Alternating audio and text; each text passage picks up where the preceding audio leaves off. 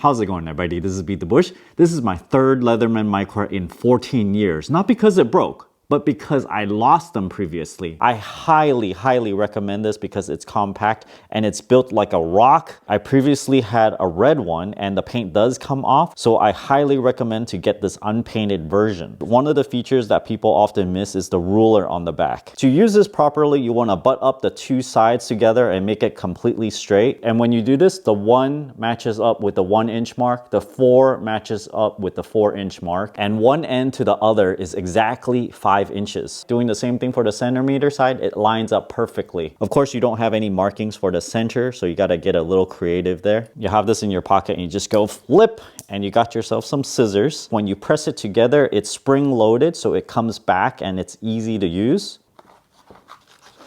Or let's try something thicker. It is a bit more difficult, but you can work through it if you kind of put some pressure on it.